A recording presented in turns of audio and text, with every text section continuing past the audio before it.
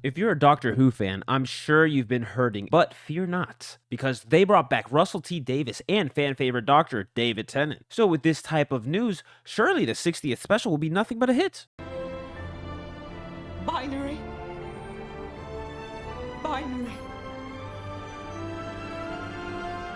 Binary.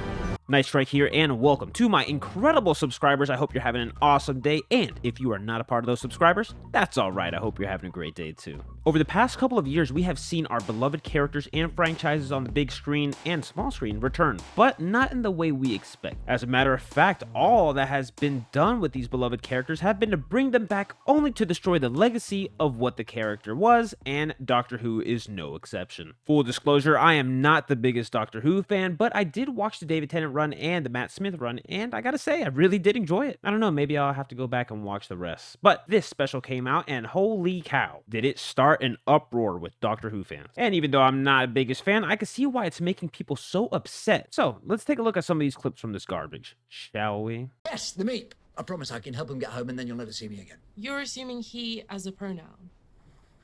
True. Yes, sorry, good point. Are you he or she or they? My chosen pronoun is the definite article. I am always the me. What are your pronouns? Right, because asking an alien what pronouns it has is a big deal because that must be written into the scene. But that's not all. The absolute maniacs over there decided that it was a good idea to not only put woke messaging throughout the special, not subtly I might add, but they go off and completely disrespect arguably the most popular Doctor ever. Check this out. Yes, we know. We know everything. Thanks. And you know nothing. It's a shame you're not a woman anymore. She'd have understood. We've got all that power, but there is a way to get rid of it.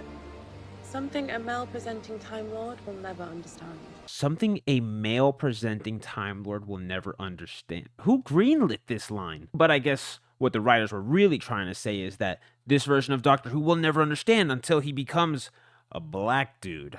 Gotcha. Let's take a look at some comments people have to say. Here's a tweet from Desperu. Doctor Who is getting review bombed on Rotten Tomatoes' audience score for peeing off people who can't handle trans characters on TV. I'll call that a sign of success. Rotten Tomato scores are meaningless. Lamau. And Desperu, obviously. Everyone thinks Doctor Who is awful, and that's a success. Over here, you have this tweet from Gary at Neurotic sharing a post from the BBC. But if you've been indifferent to Who, this won't be the episode to convert you. And if you're altogether new to the show, you'll probably wonder what all the fuss has been about. And although the show has always been progressive, look at the number of stories over the decades about, for example, threats to the environment. This special is preachy and by the end, little more than a delivery system for the message. And Gary over here saying, could not agree more. R.I.P. Doctor Who. Oh, and there's this goofy clip. Evening, boys. I don't just fire darts, mate.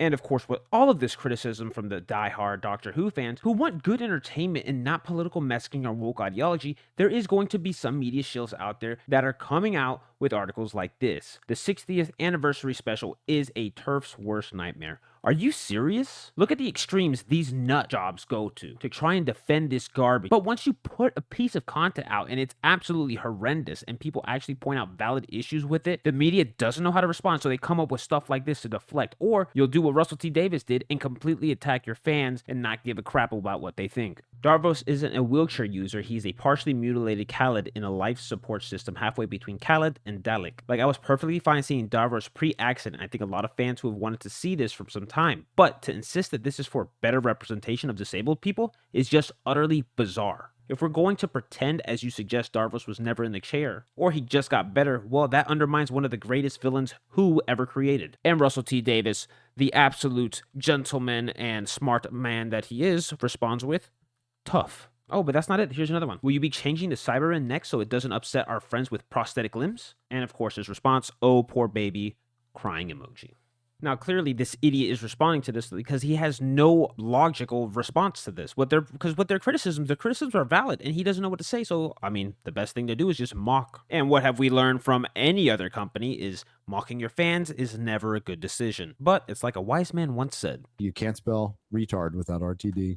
And let's take a look at the Rotten Tomato scores while we're at it. Well, look at that. 100% from critics, all 9 of them that reviewed it. Not surprising, and a 53% from the audience. Like I mentioned earlier, I'm not the biggest fan of Doctor Who, but from this and the past 4 or 5 years, I have nothing but sympathy for you Doctor Who fans. But at least you guys have the earlier seasons of Doctor Who, so whatever crap these big companies pull won't affect the fun and good stories that you have from the past. But what are your thoughts on this whole Doctor Who situation? If you like the video, like the video, and if you like this kind of content and want to see more, why not consider subscribing?